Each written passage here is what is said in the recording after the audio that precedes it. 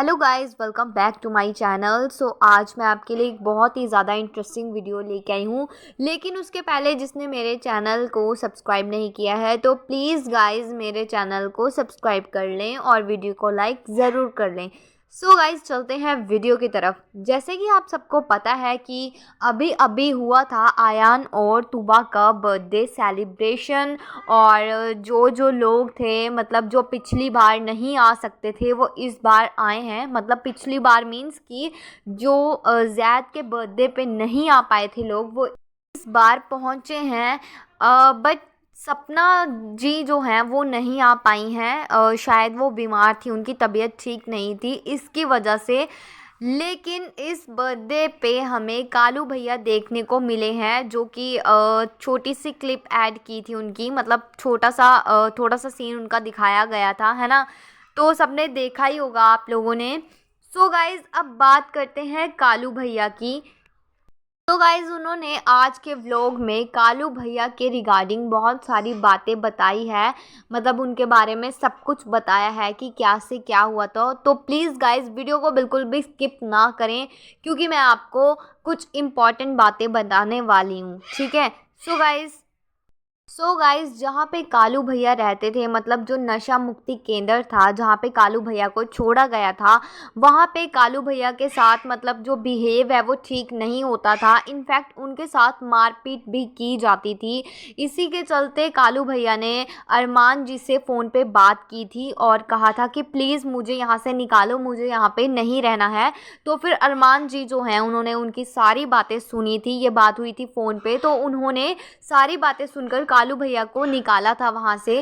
इसी के चलते ही जो सरोज भाभी जी हैं, उनमें और कालू भैया में हो गया झगड़ा, जो कि इतनी ज़्यादा बड़ी कंट्रोवर्सी बन गई। और इस कंट्रोवर्सी के दौरान उन्होंने अपना घर भी छोड़ दिया। हालांकि ये जो लड़ाई झगड़े थे, इनकी वजह से ही उन्होंने घर छोड़ा है। लेकिन मुद्दा सामने कुछ और ही आ रहा है।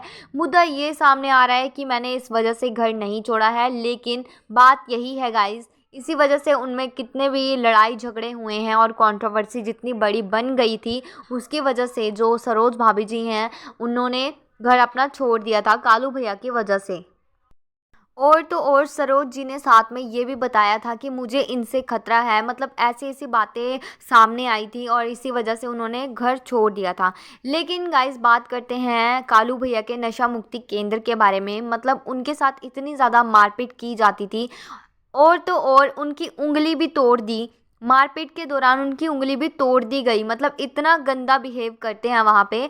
और फिर जब उनकी उंगली तोड़ दी गई तभी ये एक्शन लेना पड़ा। मतलब जो अरमान जी हैं, जैसे आप सबको पता ही है कि दोनों भाइयों का बॉन्ड कितना ज़्यादा है, अच्छा है। और मतलब अरमान जी जो हैं वो अपने जो कालू भैया हैं उनको बहुत ही ज़्यादा प्यार करते हैं। और उन्होंने ये बात भी कही है कि मरते दम तक मैं इनका ख्याल रखूँगा, क्योंकि होता ही है कि अपने भाई किसको नहीं प्यारे होते हैं। तो वही बात है गाइज। इसी बात पे फिर अरमान जी जो हैं उन्होंने डिसीज़न लिया है कि मैं एक्शन लूँगा, नशा मुक्ति केंद्र के खिलाफ़ मैं एक्शन लूँगा। गाइज ऐसा बिल्कुल भी नहीं होना चाहिए। मतलब जहाँ पे घर वाले ये छोड़ के सोचते हैं कि चलो हमारा जो मतलब बंदा है वो ठीक रहेगा, अच्छे से रहेगा, और मतलब जो भी नशे की लत है वो हट जाएगी। लेकिन इसका मतलब ये नहीं है कि इतना भरोसा करके वो लोग आपके पास छोड़ रहे हैं और आप लोग इस तरीके की मारपीट करें, है ना। मतलब उंगली तक तोड़ दें आप उस बंदे की।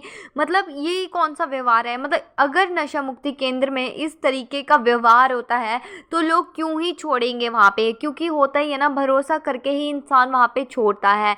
तो यही होता है। मतलब भरोसा तो नहीं तोड़ना चाहिए किसी का। मतलब इस तरीके की आप मारपीट भी करो और तो और मतलब उंगली तक तोड़ दो। इसके लिए अरमान जी ने डिसीज़न लिया है कि मैं एक्शन लूँगा। और अगर अरमान जी कालू भैया को डांटते भी हैं तो इसी बात पे डांटते हैं कि जो नशे की लत है उनकी हट जाए, नशे के ऊपर ही डांटते हैं, है ना। तो ऐसे तो मतलब दोनों भाइयों में बहुत ज़्यादा प्यार है। लेकिन ये जो नशा मुक्ति केंद्र है, इनको ऐसा बिल्कुल भी नहीं करना चाहिए। मतलब इस तरीके का व्यवहार, जहाँ लोग सोचते हैं कि यहाँ पे जाके जो नशे की लत है वो ख़त्म हो जाएगी, लेकिन ऐसा बिल्कुल भी नहीं है।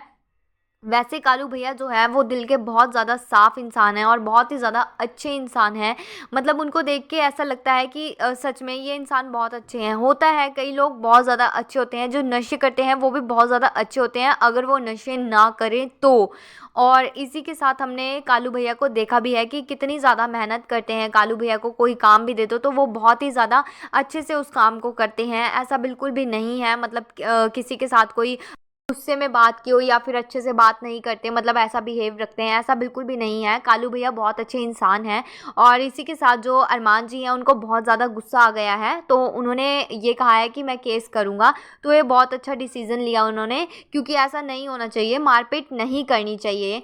और अरमान मलिक को इतने ज़्यादा कमेंट्स आ रहे हैं कि क्या नशा मुक्ति केंद्र में भेज देते हैं, इतना ही पैसा है तो भाई का ट्रीटमेंट क्यों नहीं करवा देते। सो गाइस, ऐसा कोई ट्रीटमेंट होता जहां वो अपने भाई को, मतलब अब नशा मुक्ति केंद्र में जो अरमान मलिक है वो अपने भाई को भेज रहे हैं, तो वो फ्री में तो नहीं भेज रहे हैं, वहाँ पे भी खर्चा होता है, पैसे लगते हैं।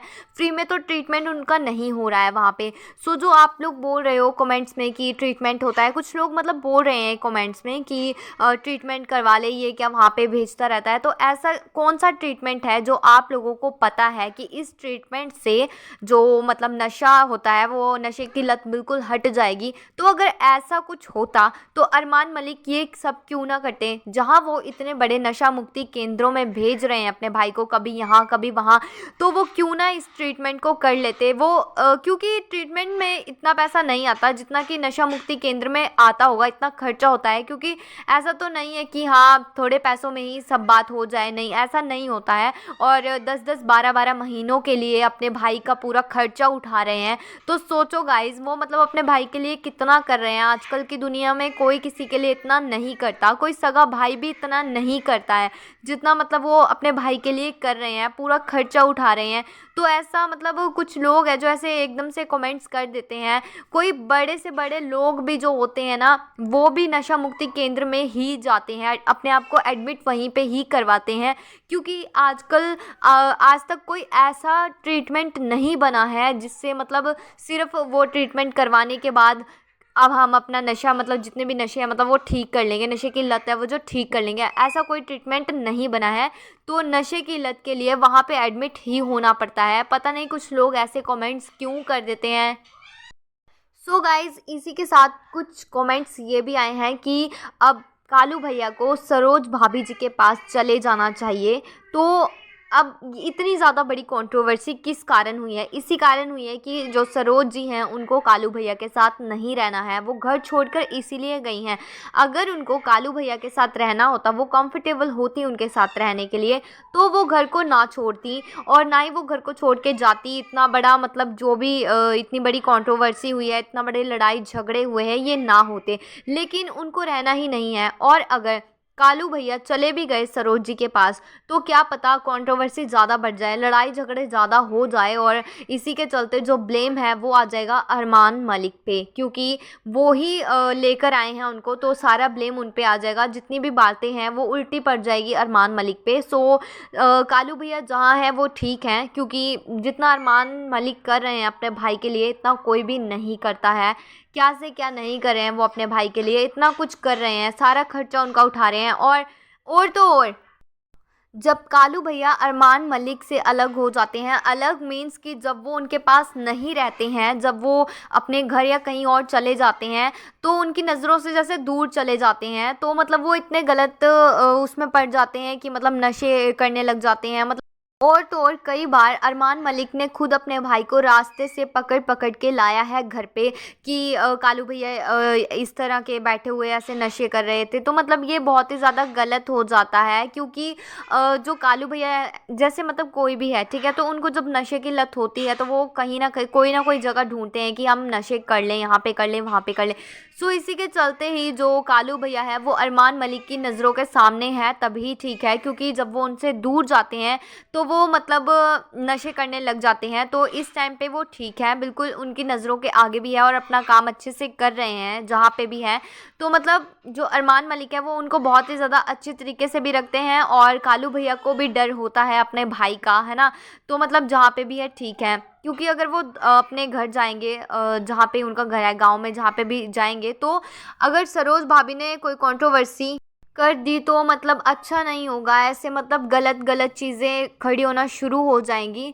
सो यही बात है गाइज़, अगर आपके भी सामने कोई नशा मुक्ति केंद्र में जा रहा है और उसके साथ भी इस तरह का व्यवहार हो रहा है तो प्लीज़ आवाज़ उठाएं, क्योंकि ये अच्छा नहीं है।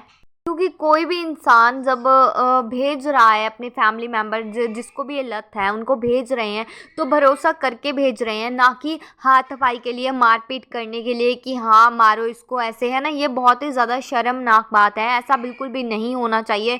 क्योंकि ये जो लत है ये प्यार से ही हटाई जा सकती है, ऐसे मारपीट करके नहीं। और तो और उनकी उंगली तक तोड़ दी, मतलब बहुत बड़ी बात है ये, जिस पे अब अरमान मलिक एक्शन लेंगे। सो गाइज, अगर आपके सामने भी ये हो रहा है तो प्लीज़ आप भी एक्शन लीजिए।